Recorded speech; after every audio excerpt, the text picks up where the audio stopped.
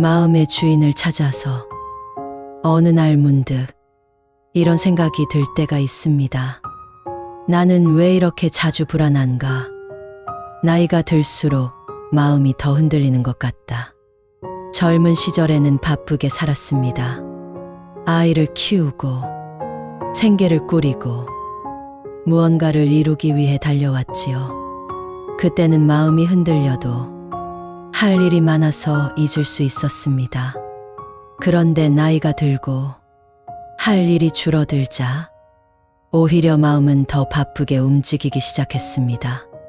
지나간 일들이 자꾸 떠오르고 앞으로 올 일들이 자꾸 걱정되고 누군가의 말 한마디가 하루 종일 마음에 걸리고 아무것도 아닌 일에 화가 나고 슬퍼지고 두려워집니다. 내 마음인데 왜 내 마음대로 되지 않을까? 조선 중기 율곡이 선생도 같은 질문을 했습니다.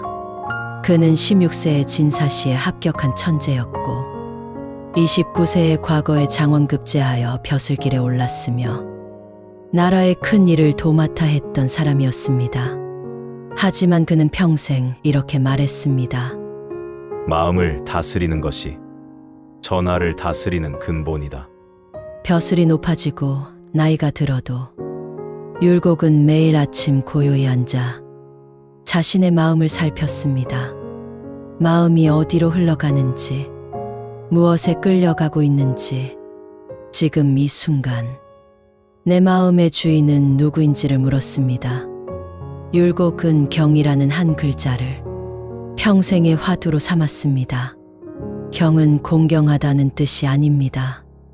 율곡에게 경이란 마음을 한 곳에 모으고 흐트러지지 않게 하는 것이었습니다. 바람에 흔들리지 않는 나무처럼, 물결에 떠내려가지 않는 배의 닷처럼 마음이 어디에도 끌려가지 않고 제 중심을 지키는 것, 그것이 바로 마음의 주인 되기였습니다. 오늘 우리는 율곡 선생과 함께 이 길을 천천히 걸어보려 합니다. 마음은 왜 제 주인을 잃는가? 어떻게 하면 흔들리지 않는 중심을 세울 수 있는가? 나이가 들수록 왜 마음 공부가 더 중요해지는가? 서두르지 않겠습니다. 한 걸음 한 걸음 당신의 마음이 머무를 수 있는 곳에 오래 앉아 율곡의 목소리를 조용히 들어보겠습니다. 그리고 마지막에는 이렇게 물을 것입니다. 지금 이 순간 당신 마음의 주인은 누구입니까? 잠깐 영상을 이어가기 전에 여러분께 한 가지 여쭤보고 싶습니다. 지금 이 순간 당신의 마음은 어디에 있습니까? 과거를 후회하고 있습니까? 미래를 걱정하고 있습니까? 아니면 지금 여기에 있습니까? 이 질문에 대한 여러분의 솔직한 생각을 댓글로 남겨주시면 감사하겠습니다. 그리고 오늘 이 이야기가 도움이 되셨다면 구독과 좋아요도 부탁드립니다. 혼자 보기 아까운 분이 계시다면 소중한 분께 공유해주세요. 그럼 계속해서 율곡 선생의 이야기를 들어보겠습니다. 1장 마음은 왜 제 주인을 잃는가?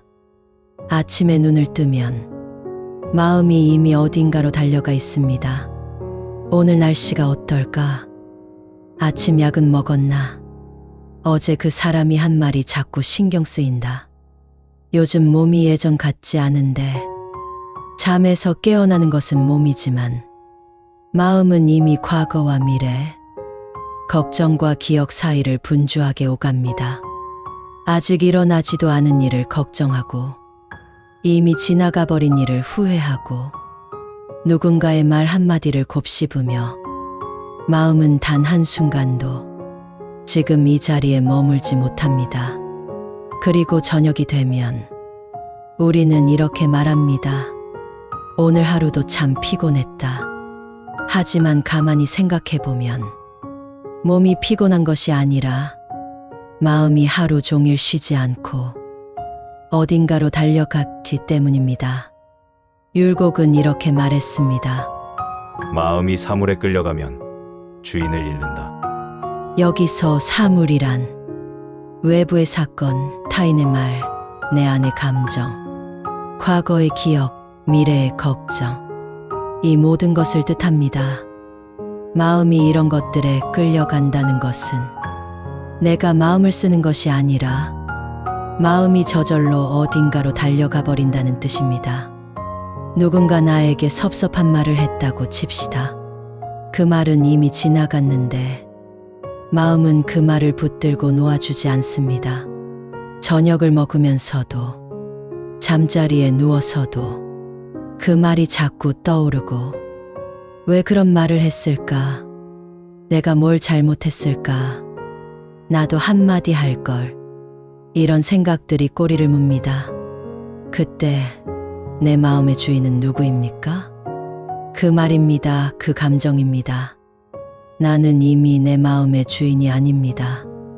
나이가 들수록 이런 일이 더 자주 일어납니다. 젊을 때는 바빴습니다. 아이를 키우고 일터에 나가고 무언가를 이루기 위해 정신없이 달렸습니다. 그때는 마음이 흔들려도 다음 일이 기다리고 있었기 때문에 오래 붙들고 있을 여유가 없었습니다. 하지만 나이가 들면서 할 일이 줄어들자 오히려 마음은 더 바빠졌습니다. 시간은 많아졌는데 마음은 과거와 미래 사이를 더욱 분주하게 오갑니다. 그때 그렇게 하지 말았어야 했는데 앞으로 내가 어떻게 될까? 자식들은 잘 살고 있을까? 내 몸은 언제까지 버틸 수 있을까? 이런 생각들이 아침부터 저녁까지 마음을 채웁니다. 그리고 밤이 되면 잠이 오지 않습니다. 마음이 고요해지지 않기 때문입니다. 율곡은 마음을 물에 비유했습니다. 물은 본래 맑고 고요합니다. 고요한 물에는 달이 그대로 비칩니다. 구름도 비치고 하늘도 비치고 산도 비칩니다. 하지만 바람이 불면 어떻게 될까요? 물결이 일면 달은 흔들리고 깨집니다. 하늘도 산도 모두 일그러져 보입니다. 그렇다고 해서 달이 변한 것은 아닙니다. 하늘이 변한 것도 아닙니다. 물이 흔들렸을 뿐입니다. 마음도 그렇습니다. 본래 마음은 맑고 고요합니다. 율곡은 사람의 본성은 본래 맑고 고요하다. 고했습니다. 하지만 외부의 일들이 바람처럼 불어오면 마음은 출렁이고 흔들리고 제 모습을 잃습니다. 그러면 세상이 달리 보입니다. 마음이 불안하면 세상도 불안하게 보입니다. 마음이 화가 나면 모든 것이 짜증스럽게 보입니다. 마음이 슬프면 온 세상이 어둡게 느껴집니다. 율곡은 이것을 이렇게 표현했습니다.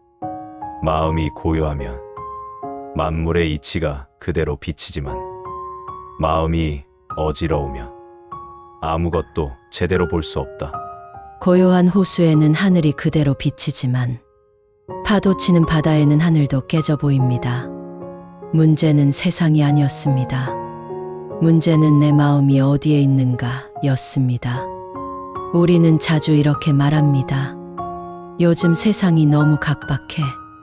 사람들이 예전 같지 않아. 모든 게 다 불안해. 하지만 율곡은 이렇게 묻습니다. 정말 세상이 변한 것인가?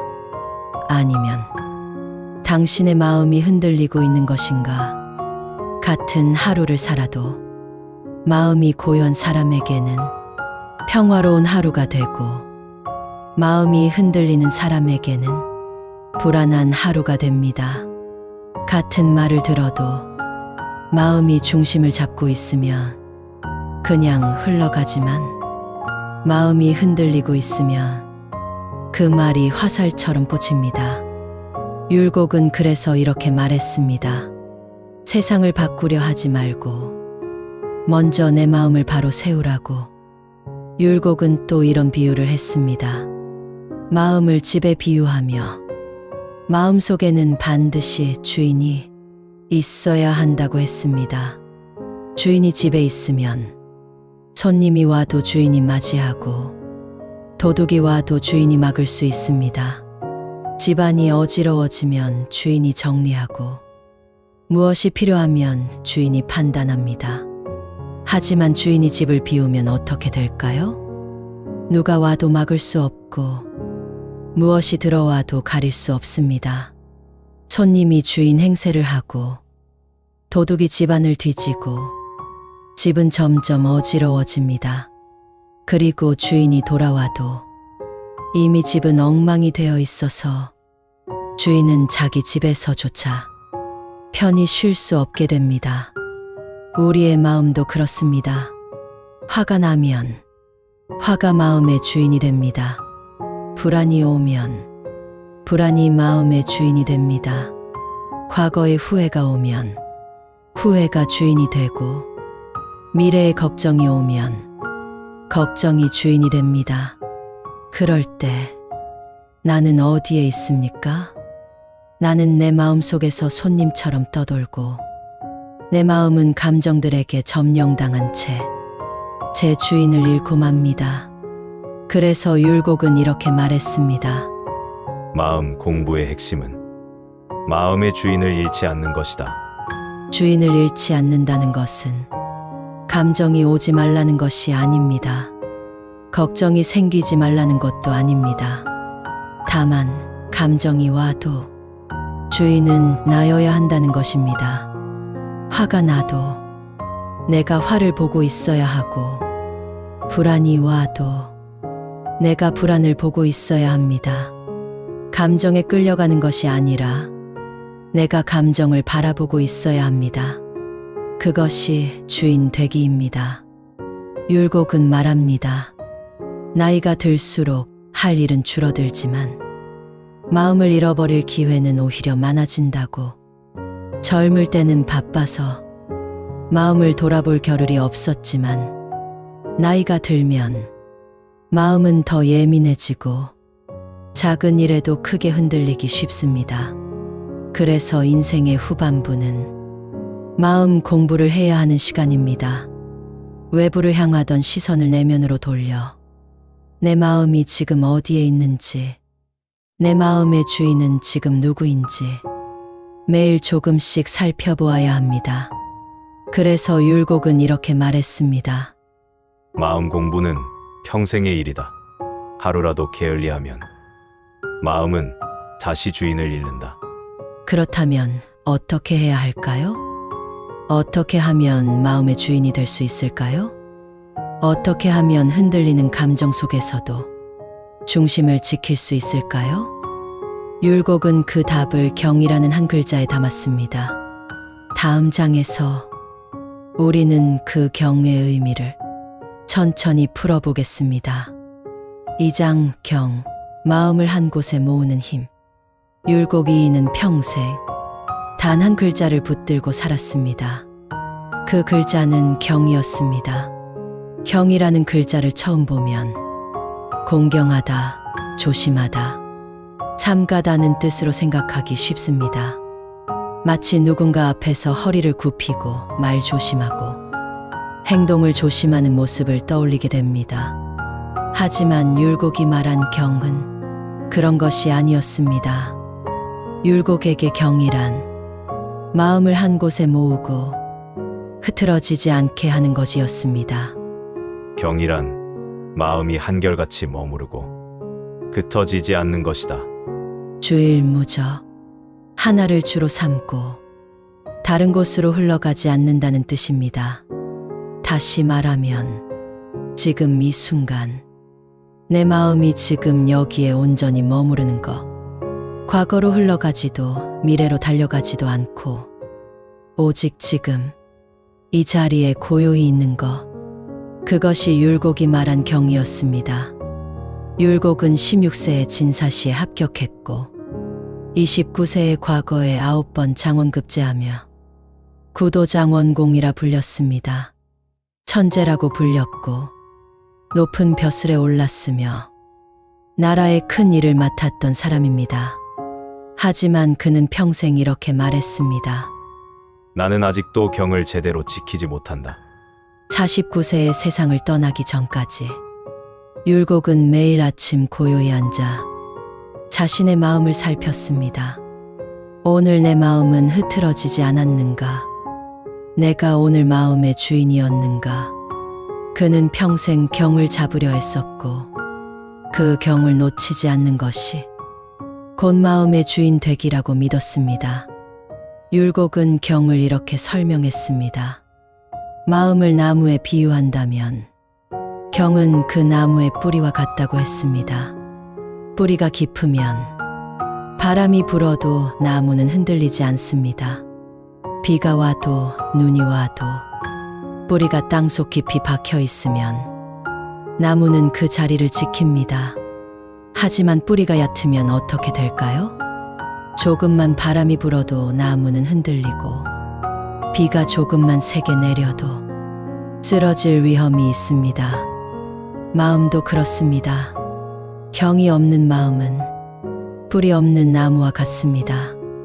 누군가의 말 한마디에 흔들리고 작은 일에도 화가 나고 조그만 걱정에도 밤잠을 설치게 됩니다. 하지만 경이 있는 마음은 뿌리 깊은 나무처럼 흔들려도 쓰러지지 않습니다. 율곡은 이렇게 말했습니다. 경은 마음의 뿌리이며 모든 덕의 근본이다. 지혜도 용기도 인내도 모두 경에서 나온다고 했습니다. 왜냐하면 마음이 한 곳에 모여 있지 않으면 아무것도 제대로 할 수 없기 때문입니다.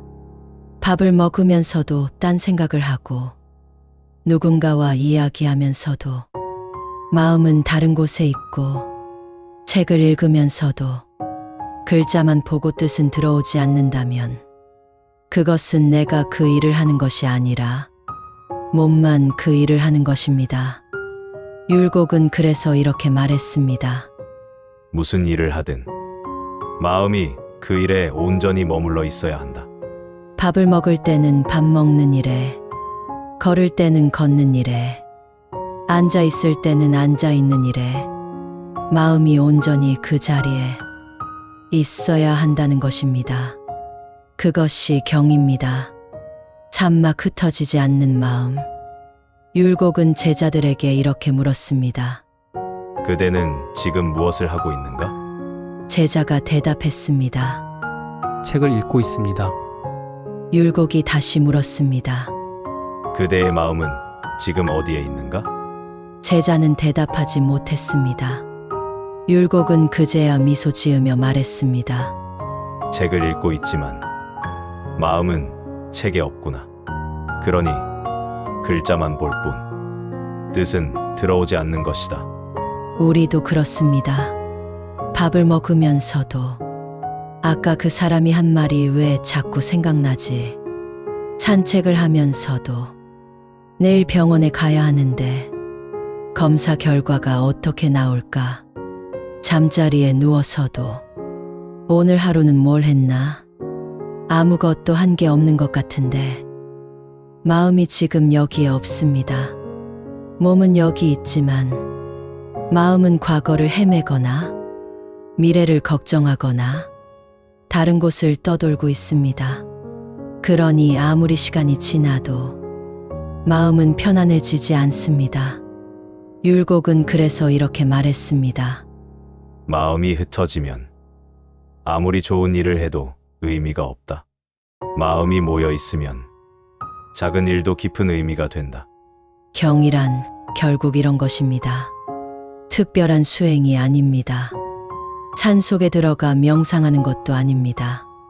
다만 지금 이 순간 내가 하는 일에 마음을 온전히 머무르게 하는 것, 과거로 흘러가지 않고 미래로 달려가지 않고 오직 지금 여기에 마음을 두는 것, 그것이 율곡이 평생 붙들었던 경이었습니다. 율곡은 또 이렇게 말했습니다. 경은 어렵지 않다. 다만 매 순간 잊지 않으려 애쓰는 것이 어려울 뿐이다. 아침에 눈을 뜨면 마음은 이미 어딘가로 달려가 있습니다. 그때 잠깐 지금 내 마음은 어디에 있지? 라고 물으면 마음은 다시 지금 이 자리로 돌아옵니다. 밥을 먹다가 딴 생각을 하고 있으면 아, 지금 나는 밥을 먹고 있구나 라고 알아차리면 마음은 다시 밥 먹는 일로 돌아옵니다. 이것이 경을 지키는 것입니다. 거창한 것이 아닙니다. 매 순간 마음이 어디에 있는지 알아차리고 흩어진 마음을 다시 지금 이 자리로 불러오는 것. 그것이 바로 마음을 한 곳에 모으는 힘입니다. 율곡은 49세의 짧은 생을 살며 마지막 순간까지도 경을 놓지 않으려 애썼습니다. 병상에 누워서도 제자들에게 이렇게 말했습니다. 경을 잊지 말라. 그것이 너희 마음을 지키는 유일한 길이다. 그렇다면 우리는 어떻게 이 경을 일상 속에서 실천할 수 있을까요? 율곡은 정절을 매우 중요하게 여겼습니다. 다음 장에서는 고요 속에서 중심을 세우는 법, 일상 속 작은 멈춤이 주는 힘을 함께 살펴보겠습니다. 3장 고요 속에서 중심을 세우다.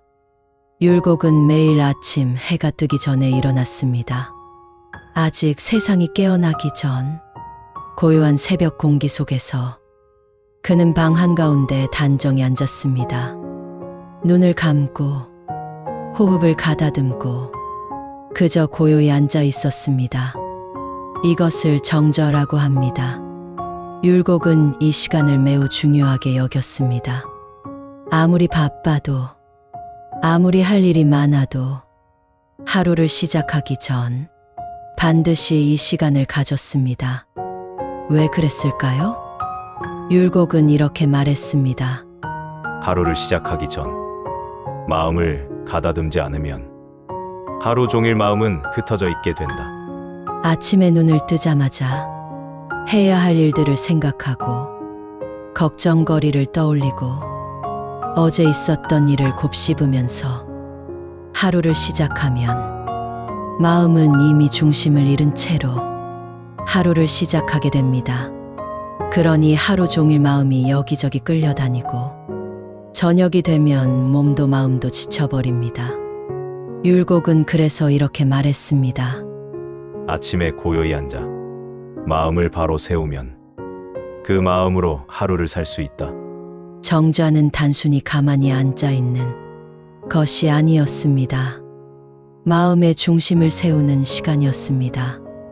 흩어진 마음을 한 곳으로 모으고 어지러운 생각들을 가라앉히고 지금 이 순간 나는 여기에 있다는 것을 확인하는 시간. 그것이 정좌였습니다. 율곡은 제자들에게 이렇게 가르쳤습니다. 정좌를 할 때는 아무 생각도 하지 말라는 것이 아니다. 생각이 일어나는 것을 막을 수는 없다. 다만 그 생각을 쫓아가지 말라는 것이다.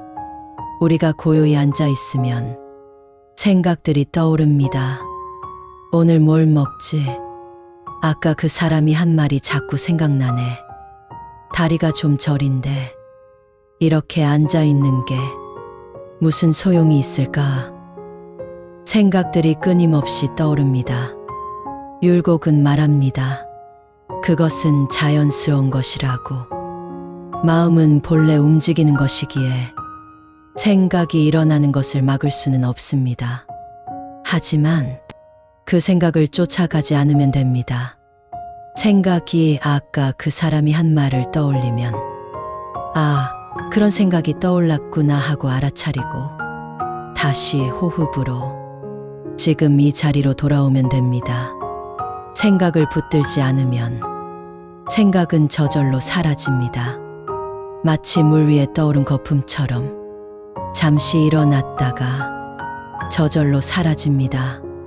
율곡은 마음을 흐린 물에 비유했습니다. 강물에 흙이 섞여 있으면 물은 탁하고 흐려서 밑바닥이 보이지 않습니다. 하지만 그 물을 그릇에 담아 가만히 놔두면 어떻게 될까요? 시간이 지나면서 흙은 천천히 가라앉고 물은 점점 맑아집니다. 그리고 충분한 시간이 지나면 물은 투명해지고 그릇의 밑바닥까지 훤히 들여다보이게 됩니다. 마음도 그렇습니다. 하루 종일 이런저런 일들을 겪으며 마음속에는 온갖 감정과 생각들이 뒤섞입니다. 화가 나고 걱정이 생기고 후회가 떠오르고 불안이 엄습합니다. 마음은 흐린 물처럼 탁하고 어지럽습니다. 율곡은 말합니다. 마음이 어지러울 때 억지로 맑게 하려 하지 말라. 다만 고요히 앉아 마음이 스스로 가라앉도록 놔두어라. 흐린 물을 막대기로 휘저으면 더욱 흐려질 뿐입니다. 억지로 흙을 건져내려 해도 물은 더욱 탁해집니다. 다만 가만히 놔두면 흙은 저절로 가라앉고 물은 저절로 맑아집니다. 정좌는 바로 이런 시간입니다. 억지로 생각을 없애려 하지 않습니다. 억지로 마음을 비우려 하지 않습니다. 다만 고요히 앉아 있으면 어지러운 생각들은 저절로 가라앉습니다. 그리고 마음은 점점 맑아집니다. 율곡은 이렇게 말했습니다. 고요함 속에서 마음을 보라. 그러면 마음의 본래 모습을 볼 수 있다. 우리는 보통 이렇게 생각합니다. 내 마음은 원래 이래. 나는 원래 걱정이 많은 사람이야. 나는 쉽게 화를 내는 사람이야. 하지만 율곡은 묻습니다. 그것이 정말 당신의 본래 마음인가? 걱정, 화, 불안, 슬픔. 이것들은 마음의 본래 모습이 아닙니다. 이것들은 흙입니다. 강물에 흙이 섞여 흐린 것처럼 마음의 감정들이 섞여 어지러운 것일 뿐입니다. 물의 본래 모습은 맑고 투명합니다. 마음의 본래 모습도 맑고 고요합니다. 율곡은 이것을 본성이라고 불렀습니다. 사람의 본성은 본래 맑고 고요하다. 다만 욕망과 감정이 그것을 가릴 뿐이다. 그래서 정좌는 중요합니다. 고요히 앉아 있으면 감정들이 가라앉고 생각들이 멈추고 마음의 본래 모습을 만날 수 있습니다. 그것은 평화롭고 고요하고 아무것도 필요로 하지 않는 마음입니다. 그 마음을 만나는 것, 그것이 정좌의 목적입니다. 율곡은 이렇게 말했습니다. 정좌는 아침에만 하는 것이 아니다. 하루 중 언제라도 마음이 흩어졌다 싶으면 잠시 멈추어 마음을 가다듬어야 한다. 율곡 자신도 그렇게 살았습니다. 벼슬아치로서 바쁜 일과 중에도 잠깐씩 멈추어 서서 눈을 감고 호흡을 가다듬곤 했습니다. 회의를 하다가도 마음이 흐트러지면 잠시 말을 멈추고 마음을 가라앉힌 후에 다시 말을 이었습니다. 이것을 수시경이라고 합니다. 때때로 경을 지킨다는 뜻입니다. 우리도 그렇게 할 수 있습니다. 아침에 눈을 뜨면 침대에서 일어나기 전에 잠깐 눈을 감고 깊게 숨을 쉬어봅니다. 오늘 하루도 잘 살아보자 하고 마음속으로 말해봅니다. 밥을 먹기 전에 잠깐 멈추어 서서 이 밥을 먹을 수 있음에 감사하다 하고 생각해봅니다. 산책을 하다가 벤치에 앉아 잠시 쉬면서 눈을 감고 바람 소리를 들어봅니다. 저녁에 잠자리에 들기 전에 하루를 돌아보며 오늘 하루도 수고했다 하고 스스로를 다독여 봅니다. 이런 작은 멈춤들이 하루 종일 흩어진 마음을 다시 모아줍니다. 율곡은 이렇게 말했습니다. 큰 공부를 하려 하지 말라. 작은 것부터 시작하라. 매일 조금씩 마음을 가다듬는 것. 그것이 쌓이면 큰 공부가 된다. 정좌를 1시간씩 할 필요는 없습니다. 처음에는 5분도 좋고 10분도 좋습니다. 중요한 것은 시간이 아니라 매일 하는 것입니다. 매일 아침 고요히 앉아 마음을 가다듬는 시간을 가지면 그 마음은 하루 종일 당신을 지켜줍니다. 율곡은 49세의 세상을 떠나면서 제자들에게 이렇게 당부했습니다. 정절을 게을리하지 말라. 그것이 너희 마음을 지키는 유일한 방법이다. 율곡 자신도 평생 정절을 했지만 여전히 마음은 흔들렸습니다. 하지만 정좌가 있었기에 흔들린 마음을 다시 중심으로 돌아오게 할 수 있었습니다. 고요 속에서 중심을 세우는 것, 그것은 특별한 사람만 할 수 있는 일이 아닙니다. 누구나 할 수 있습니다. 다만 시작해야 합니다. 오늘 저녁 잠자리에 들기 전에 5분만 고요히 앉아 보십시오. 눈을 감고 호흡을 느끼고 아무 생각도 하지 않으려 애쓰지 말고 다만 지금 이 순간 내가 여기 앉아 있다는 것을 느껴보십시오. 그것으로 충분합니다. 다음 장에서는 욕심이 아닌 본성을 따르는 삶, 자연스러움으로 돌아가는 길을 함께 살펴보겠습니다. 4장, 욕심이 아닌 본성을 따르는 삶. 율곡은 이렇게 말했습니다. 사람의 본성은 본래 맑고 고요하다.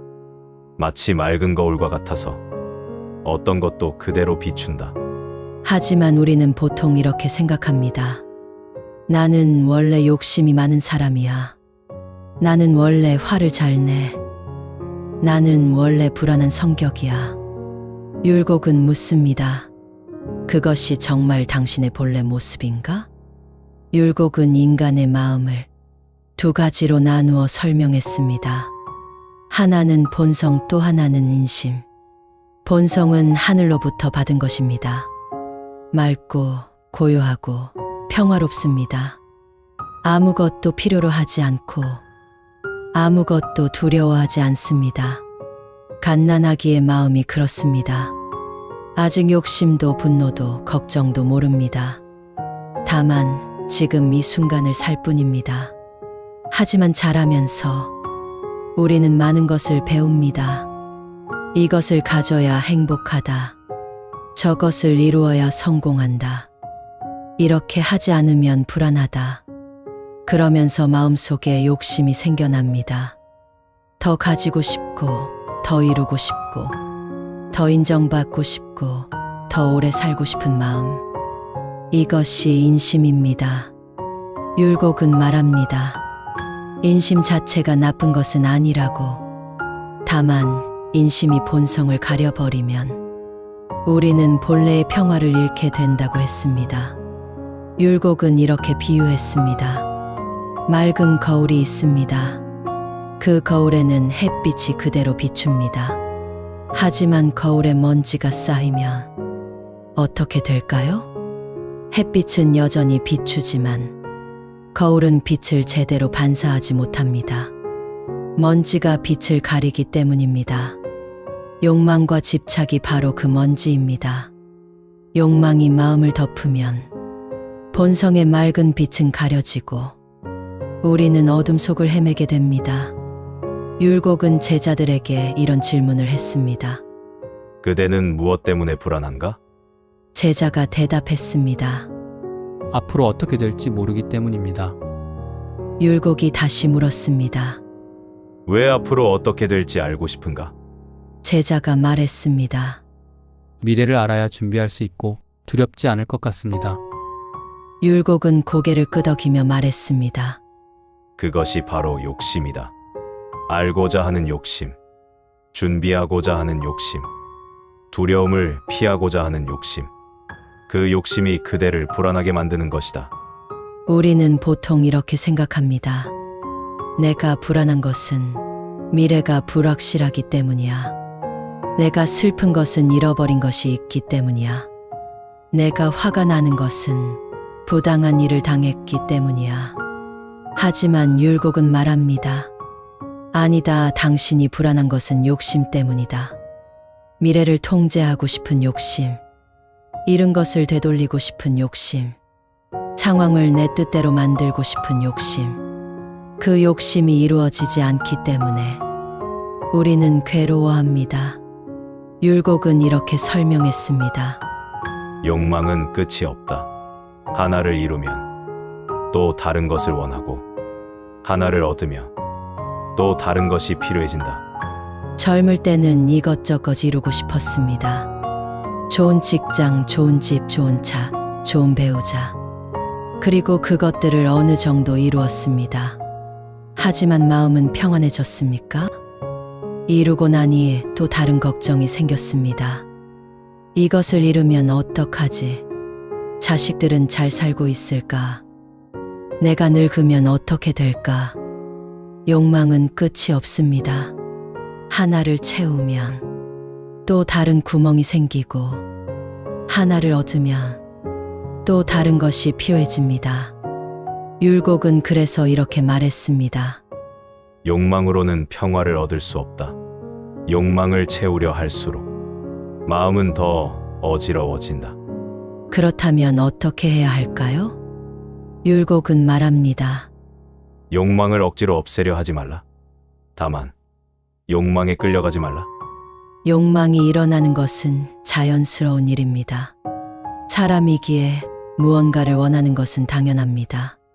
하지만 그 욕망에 마음을 빼앗기지 않으면 됩니다. 아, 저것을 갖고 싶구나 하고 알아차리고, 하지만 그것이 없어도 나는 괜찮다 하고 내려놓으면 됩니다. 그것이 욕망에 끌려가지 않는 것입니다. 율곡은 자연을 많이 관찰했습니다. 그리고 이렇게 말했습니다. 자연은 억지로 하는 것이 없다. 봄이 오면 꽃이 피고, 가을이 오면 잎이 진다. 꽃은 피기 위해 애쓰지 않고, 잎은 떨어지는 것을 슬퍼하지 않는다. 꽃은 그저 핍니다. 누가 보아주든 말든 향기를 내고 빛을 냅니다. 나무는 그저 자랍니다. 누가 알아주든 말든 뿌리를 내리고 가지를 뻗습니다.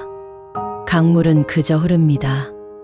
어디로 가야 할지 고민하지 않고 자연스럽게 낮은 곳으로 흘러갑니다. 자연은 욕심이 없습니다. 더 크게 필요하지 않고, 더 높이 자라려 애쓰지 않고, 더 빨리 흐르려 서두르지 않습니다. 다만 본성대로 살 뿐입니다. 율곡은 말합니다. 사람도 그렇게 살아야 한다. 본성을 따라 자연스럽게 살아야 한다. 본성을 따른다는 것은 억지로 무언가를 이루려 하지 않는 것입니다. 배가 고프면 먹고, 피곤하면 쉬고, 슬프면 울고, 기쁘면 웃습니다. 억지로 참지 않고, 억지로 꾸미지 않고, 억지로 되려 하지 않습니다. 율곡은 이렇게 말했습니다. 나이가 들수록 자연스러움으로 돌아가야 한다. 젊을 때는 무언가를 이루려 애써야 하지만, 나이가 들면 있는 그대로를 받아들여야 한다. 젊을 때는 꽃을 피우려 애썼습니다. 더 크게, 더 화려하게 피우려고 애썼습니다. 하지만 이제는 다릅니다. 꽃을 피우려 애쓰는 것이 아니라 지금 내가 피워낸 꽃을 바라보는 시간입니다.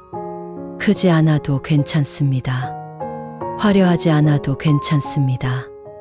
내가 피워낸 이 작은 꽃, 그것으로 충분합니다. 율곡은 제자들에게 이런 이야기를 했습니다. 어느 산속에 오래된 소나무가 있었습니다. 그 소나무는 구불구불하고 비틀어져 있었습니다. 어떤 사람이 그 소나무를 보고 말했습니다. 이 나무는 쓸모가 없구나. 휘어져서 기둥으로도 쓸 수 없고, 굽어서 가구로도 만들 수 없다. 하지만 그 소나무는 수백 년을 그 자리에서 살았습니다.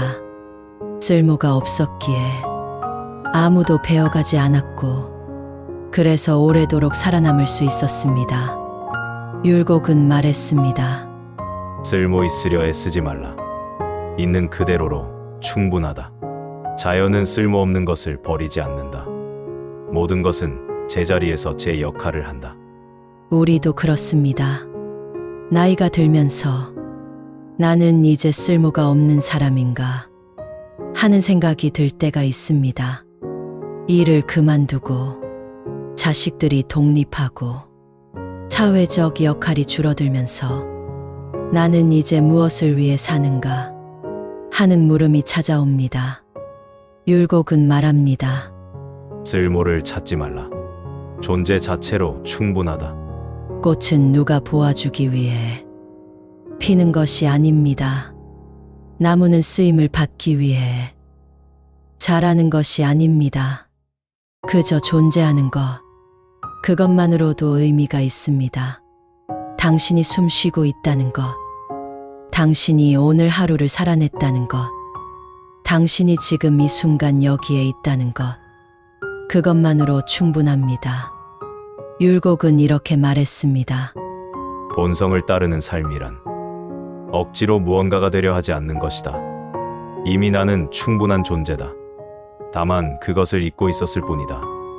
욕심을 내려놓으면 본성이 드러납니다. 본성이 드러나면 평화가 찾아옵니다. 그 평화 속에서 우리는 비로소 쉴 수 있습니다. 다음 장에서는 나이 들미 왜 마음의 주인이 되는 황금기인지, 고요한 중심을 가진 사람의 단단함에 대해 함께 살펴보겠습니다. 5장 나이듦 마음의 주인이 되는 시간. 율곡은 이렇게 말했습니다. 젊을 때는 밖을 보고 살지만 나이가 들면 안을 보며 살아야 한다. 젊을 때는 눈이 밖을 향해 있습니다. 무엇을 이루어야 하고, 어디에 가야 하고, 누구를 만나야 하고, 무엇을 얻어야 하는지 모든 관심이 외부로 향해 있습니다. 그래서 젊은 시절은 분주합니다. 달리고 쫓고 이루고 쌓아 올립니다. 그것은 자연스러운 일입니다. 봄의 새싹이 돋고 여름의 잎이 무성해지듯 젊음은 바깥으로 뻗어나가는 시간입니다. 하지만 가을이 오면 어떻게 될까요? 나무는 더 이상 바깥으로 가지를 뻗지 않습니다. 잎을 떨어뜨리고 에너지를 뿌리와 중심으로 모읍니다. 겨울을 준비하기 위해서입니다. 겉으로 보기에는 나무가 약해진 것처럼 보이지만 사실은 내부가 더 단단해지는 시간입니다. 율곡은 말합니다.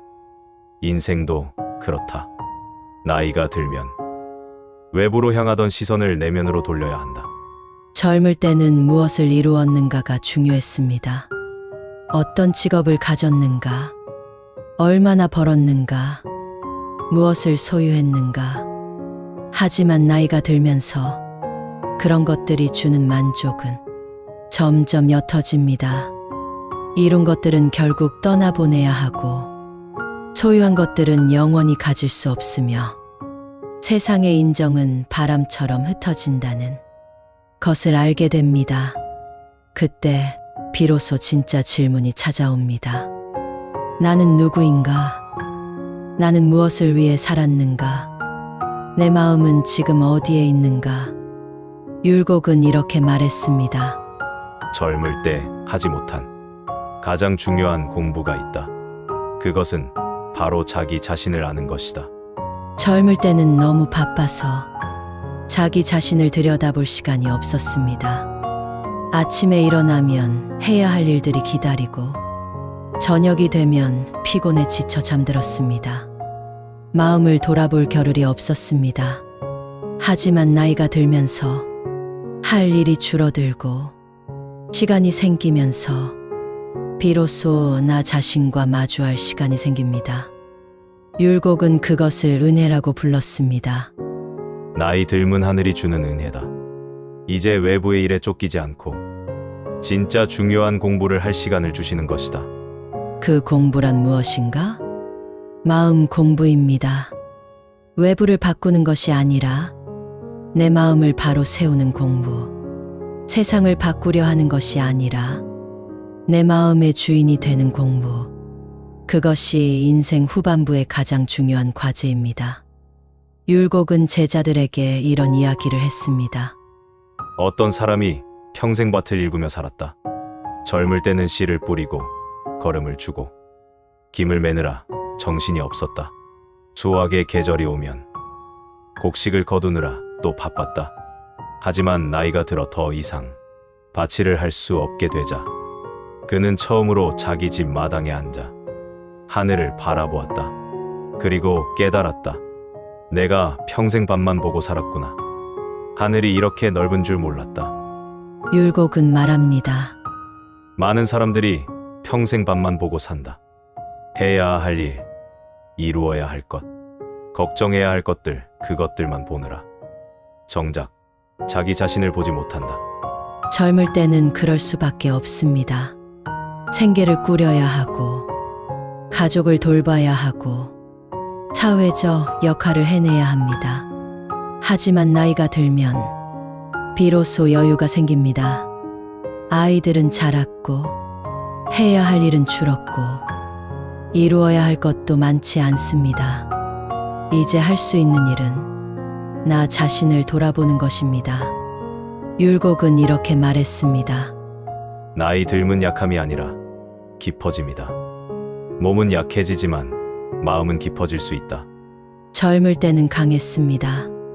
힘도 있었고 에너지도 넘쳤습니다. 밤을 새워도 괜찮았고 무리를 해도 금방 회복되었습니다. 하지만 나이가 들면서 몸은 약해집니다. 쉽게 피곤해지고 여기저기 아픈 곳이 생기고 예전처럼 무리할 수 없게 됩니다. 그런데 율곡은 말합니다. 이것이 약해지는 것이 아니라 다른 종류의 힘을 키우는 시간이라고. 나무를 보십시오. 젊은 나무는 가지가 많고 잎이 무성합니다. 바람에 흔들리며 유연하게 움직입니다. 하지만 오래된 나무는 다릅니다. 가지는 적어졌지만 몸통은 굵어졌습니다. 잎은 줄었지만 뿌리는 깊어졌습니다. 태풍이 와도 젊은 나무는 꺾이지만 오래된 나무는 그 자리를 지킵니다. 왜 그럴까요? 중심이 단단하기 때문입니다. 율곡은 말합니다. 나이가 들면 중심을 키워야 한다. 외부의 가지를 늘리는 것이 아니라 내면의 뿌리를 깊이 내려야 한다. 젊을 때는 외부의 것들이 중요했습니다. 그것들이 나를 지탱해 주는 것처럼 느껴졌습니다. 하지만 나이가 들면서 깨닫습니다. 외부의 것들은 언제든 사라질 수 있다는 것을. 돈은 잃을 수 있고, 명예는 떠날 수 있고, 인정은 변할 수 있습니다. 그렇다면 무엇이 나를 지탱해 줄까요? 율곡은 말합니다.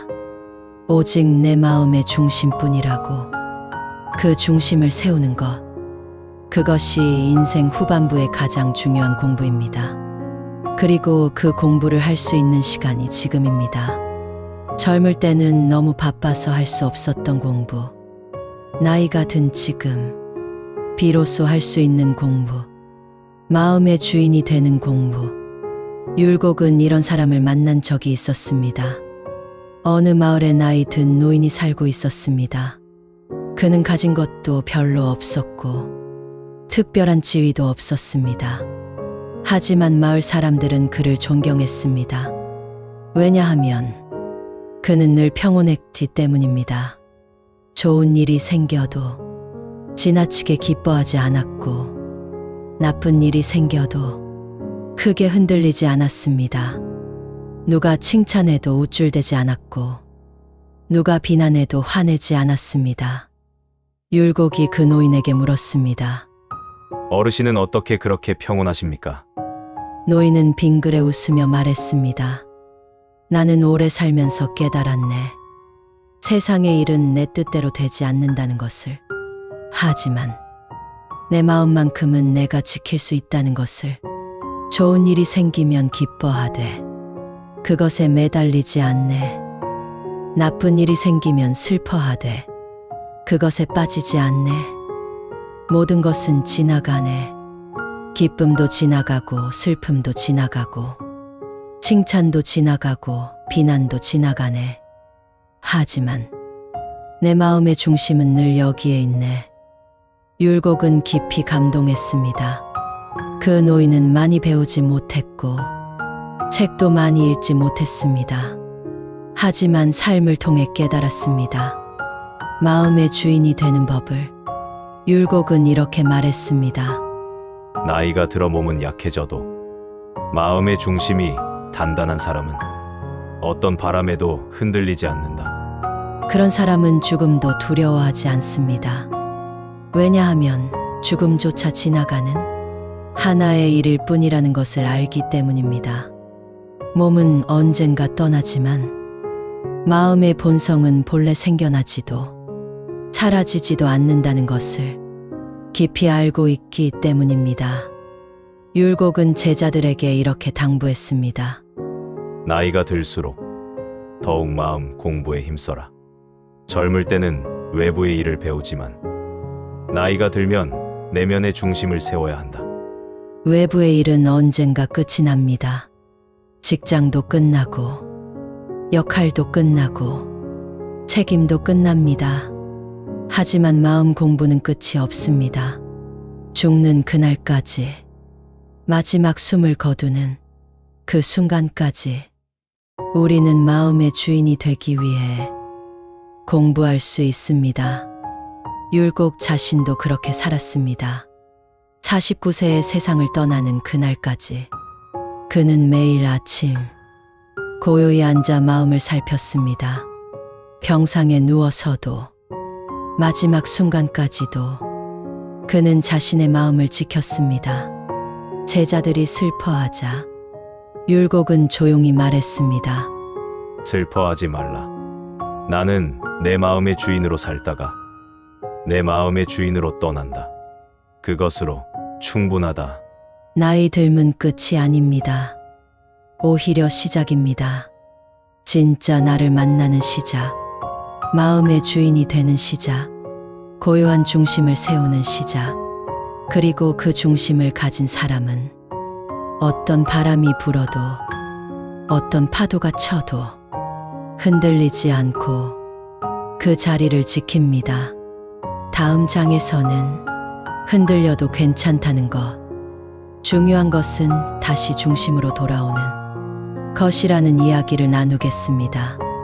6장 흔들려도 괜찮다, 다시 중심으로. 우리는 종종 오해합니다. 위대한 스승들은 완벽했을 것이라고.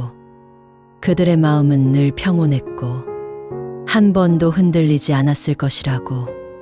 하지만 율곡은 그렇지 않았습니다. 율곡은 평생 일기를 썼습니다. 그 일기에는 이런 기록들이 가득합니다. 오늘 아침 화를 냈다 마음이 흔들렸다. 어제 고요히 앉았으나 잡념이 끊이지 않았다. 요즘 마음이 흐트러져 있다. 경을 지키지 못했다. 율곡 자신도 매일 흔들렸습니다. 화도 냈고 불안해하기도 했고 걱정에 잠 못 이루기도 했습니다. 하지만 율곡이 위대했던 것은 흔들리지 않아서가 아니었습니다. 흔들린 후 다시 중심으로 돌아왔기 때문입니다. 화를 낸 후에 아, 내가 또 마음의 주인을 잃었구나 하고 알아차렸습니다. 잡념에 빠진 후에 아, 마음이 또 어딘가로 달려갔구나 하고 깨달았습니다. 그리고 다시 고요히 앉아 마음을 중심으로 불러왔습니다. 율곡은 이렇게 말했습니다. 성인도 칠정이 있다. 기쁨, 노여움, 슬픔, 두려움, 사랑, 미움, 욕심. 이런 감정들은 사람이기에 당연히 일어난다. 다만 성인은 감정이 일어난 후 그것에 끌려가지 않고 다시 중심으로 돌아올 줄 안다. 많은 사람들이 착각합니다. 마음 공부를 하면 더 이상 흔들리지 않을 거야. 깨달음을 얻으면 완벽한 평온을 얻을 거야. 하지만 율곡은 말합니다. 그것은 착각이라고. 인간이기에 우리는 흔들립니다. 좋은 소식을 들으면 기쁘고 나쁜 소식을 들으면 슬픕니다. 누군가 상처 주는 말을 하면 화가 나고 앞일이 불확실하면 불안합니다. 이것은 자연스러운 것입니다. 율곡은 이렇게 말했습니다. 마음 공부의 목표는 흔들리지 않는 것이 아니다. 흔들린 후 빨리 알아차리고 다시 중심으로 돌아오는 것이다. 어린아이가 걸음마를 배울 때를 생각해 보십시오. 아이는 몇 걸음 걷다가 넘어집니다. 다시 일어나 걷다가 또 넘어집니다. 하지만 계속 일어납니다. 넘어지는 것이 중요한 게 아닙니다. 다시 일어나는 것이 중요합니다. 마음 공부도 그렇습니다. 마음이 흔들리는 것은 당연합니다. 중요한 것은 흔들린 후 다시 중심으로 돌아오는 것입니다. 그리고 처음에는 돌아오는데 오래 걸리지만 연습하면 할수록 점점 빨라집니다. 화가 나서 하루 종일 끌려다니던 사람이 1시간 만에 알아차리게 되고 나중에는 몇 분 만에 돌아오게 됩니다. 그것이 마음 공부의 성장입니다. 율곡은 제자들에게 이런 이야기를 했습니다. 두 사람이 활 쏘기 연습을 하고 있었다. 첫 번째 사람은 10번 쏘아 한 번도 빗나가지 않았다. 관역, 정중앙에만 맞았다. 두 번째 사람은 10번 쏘아 9번 빗나갔다. 하지만 빗나갈 때마다 자세를 바로잡고 다시 쏘았다. 어느 사람이 더 훌륭한가? 제자들이 대답했습니다. 당연히 첫 번째 사람입니다. 한 번도 빗나가지 않았으니까요. 율곡은 고개를 저었습니다. 아니다. 두 번째 사람이 더 훌륭하다. 왜냐하면 그는 빗나간 후 바로잡는 법을 알기 때문이다. 첫 번째 사람은 지금은 완벽하지만 만약 언젠가 빗나가게 되면 어떻게 바로잡아야 할지 모를 것이다. 하지만 두 번째 사람은 빗나가는 것을 두려워하지 않는다. 빗나간 후 다시 중심으로 돌아오는 법을 알기 때문이다. 율곡은 말합니다. 마음 공부도 그렇다. 중요한 것은 한 번도 흔들리지 않는 것이 아니라 흔들린 후 다시 돌아오는 힘을 키우는 것이다. 완벽한 사람은 없습니다. 율곡도 완벽하지 않았고 어떤 성인도 완벽하지 않았습니다. 다만 그들은 돌아오는 법을 알았습니다. 우리는 종종 자책합니다. 오늘도 화를 냈어. 나는 왜 이 모양일까? 또 걱정에 빠졌어. 나는 정말 안 돼. 마음 공부를 해도 소용없어. 나는 변하지 않아. 하지만 율곡은 말합니다. 자책하지 말라고. 흔들린 것을 알아차렸다는 것 자체가 성장입니다. 예전에는 흔들리는지조차 몰랐습니다. 화가 나면 그냥 화를 냈고 불안하면 그냥 불안에 빠져 있었습니다. 하지만 이제는 압니다. 아, 내가 지금 흔들리고 있구나. 내 마음이 지금 어딘가로 달려가고 있구나. 그것을 아는 순간 이미 반은 돌아온 것입니다. 율곡은 이렇게 말했습니다. 알아차림이 곧 돌아옵니다. 내가 흔들리고 있다는 것을 아는 순간 이미 중심으로 돌아오기 시작한 것이다. 화가 나서 소리를 지르다가도 아, 내가 지금 화를 내고 있구나 하고 알아차리면 그 순간 화는 조금씩 가라앉기 시작합니다. 걱정에 빠져 있다가도 아, 내가 지금 미래를 걱정하고 있구나 하고 깨달으면 그 순간 마음은 현재로 돌아오기 시작합니다. 알아차림 자체가 치유입니다. 율곡은 평생 이런 일과를 가졌습니다. 아침에 일어나면 고요히 앉아 마음을 가다듬었습니다. 하루를 시작하기 전 중심을 세웠습니다. 하루를 살면서 틈틈이 자신을 돌아보았습니다. 지금 내 마음은 어디에 있는가? 저녁이 되면 하루를 반성했습니다. 오늘 나는 마음의 주인이었는가? 이것을 113성이라고 합니다. 하루에 3번 자신을 돌아본다는 뜻입니다. 율곡은 이것을 49세에 세상을 떠나는 그날까지 계속했습니다. 어떤 날은 잘했고, 어떤 날은 잘못했습니다. 어떤 날은 마음이 고요했고, 어떤 날은 마음이 흐트러졌습니다. 하지만 중요한 것은 그가 멈추지 않았다는 것입니다. 율곡은 제자들에게 이렇게 말했습니다. 마음 공부는 단번에 이루어지지 않는다. 매일 조금씩 평생에 걸쳐 하는 것이다. 어제 잘했다고 해서 오늘도 잘하는 것이 아니고, 오늘 못했다고 해서 내일도 못하는 것이 아니다. 다만 매일 다시 시작하면 된다. 오늘 흔들렸으면 내일 다시 중심을 세우면 된다. 우리는 종종 포기하고 싶어집니다. 마음 공부를 해봤자 뭐해. 나는 여전히 화도 내고 걱정도 하는데. 하지만 율곡은 묻습니다. 마음 공부를 하기 전과 비교해보라. 조금이라도 달라지지 않았는가? 예전에는 화가 나며 하루 종일 끌려다녔지만 이제는 1시간 만에 가라앉지 않는가? 예전에는 걱정에 빠지며 밤새 잠 못 이뤘지만 이제는 조금 더 빨리 놓아버리지 않는가? 예전에는 마음이 흔들리는지조차 몰랐지만 이제는 아, 내가 지금 흔들리고 있구나 하고 알아차리지 않는가? 그것이 바로 성장입니다. 율곡은 이렇게 말했습니다. 나무가 자라는 것을 눈으로 볼 수는 없다.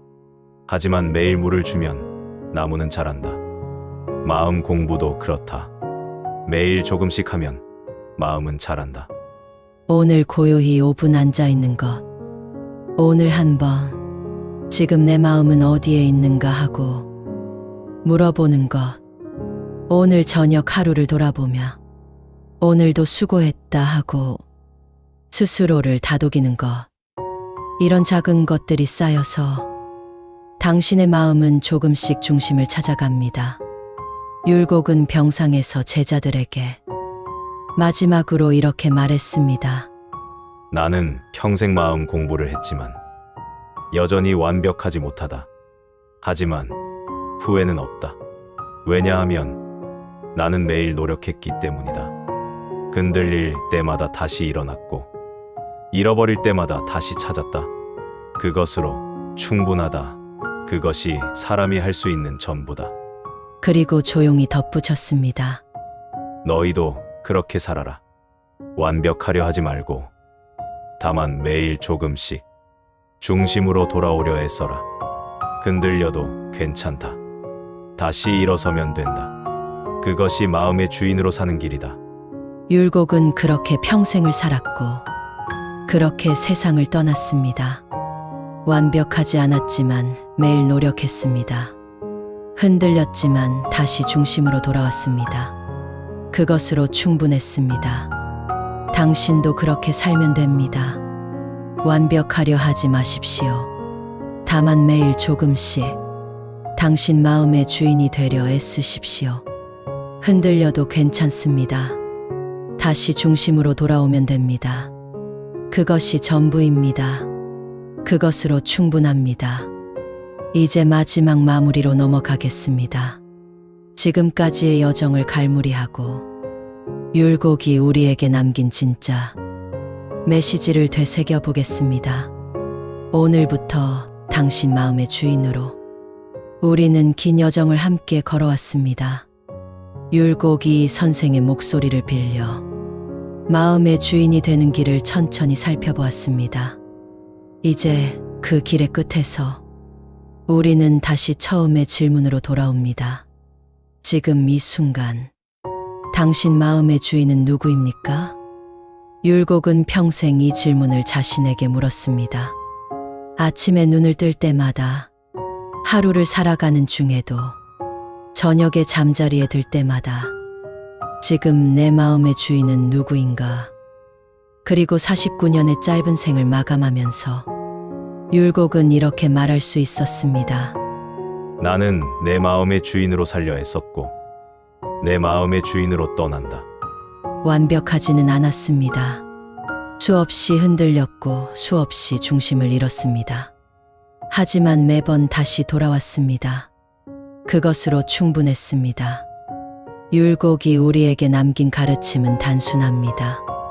거창한 깨달음이나 신비로운 비법이 아닙니다. 다만 이것뿐입니다. 첫째, 마음이 어디에 있는지 알아차리십시오. 지금 이 순간, 당신의 마음은 어디에 있습니까? 과거를 후회하고 있습니까? 미래를 걱정하고 있습니까? 누군가의 말에 끌려가고 있습니까? 아니면 지금 여기에 있습니까? 율곡이 말한 경은 바로 이것입니다. 지금 이 순간, 내 마음이 지금 여기에 머무르는 것. 밥을 먹을 때는 밥 먹는 일에, 걸을 때는 걷는 일에, 누군가와 이야기할 때는 그 사람에게 온전히 마음을 머무르게 하는 것. 그것이 마음의 주인 되기의 시작입니다. 둘째, 고요히 앉는 시간을 가지십시오. 하루 중 단 5분이라도 고요히 앉아 마음을 가라앉히는 시간을 가지십시오. 율곡은 평생 이 시간을 지켰습니다. 아무리 바빠도 아무리 할 일이 많아도 매일 아침 고요히 앉아 마음을 바로 세웠습니다. 당신도 그렇게 할 수 있습니다. 아침에 일어나서 침대에 앉아 눈을 감고 깊게 숨을 쉬어 보십시오.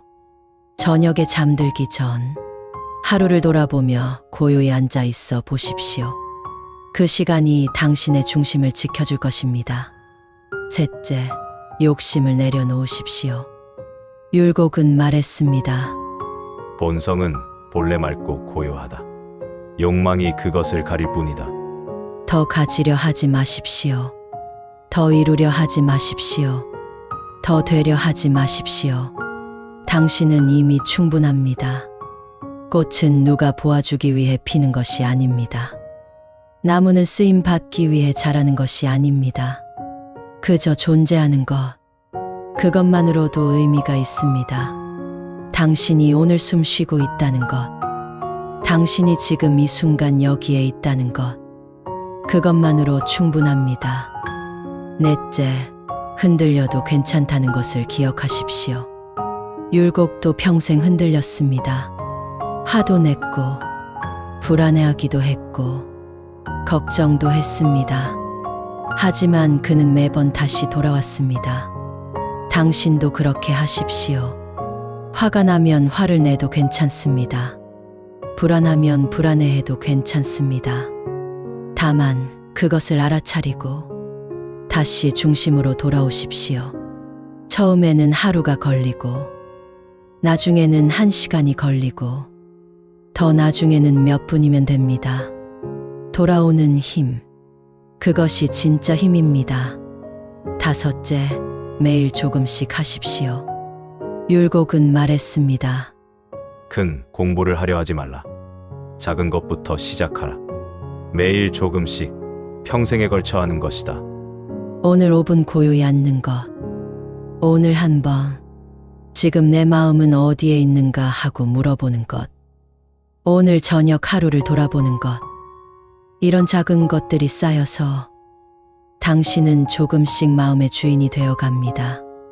나무가 자라는 것을 눈으로 볼 수는 없지만 매일 물을 주면 나무는 자랍니다. 마음도 그렇습니다. 율곡은 이렇게 말했습니다. 흔들리지 않는 것이 중요한 것이 아니라 중심을 아는 것이 중요하다. 파도가 치면 배는 흔들립니다. 그것은 자연스러운 일입니다.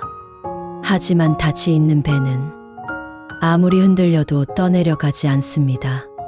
당신의 마음에도 닻을 내리십시오. 그 닻이 바로 경입니다. 그 닻이 바로 중심입니다. 매일 조금씩 그 닻을 깊이 내리십시오.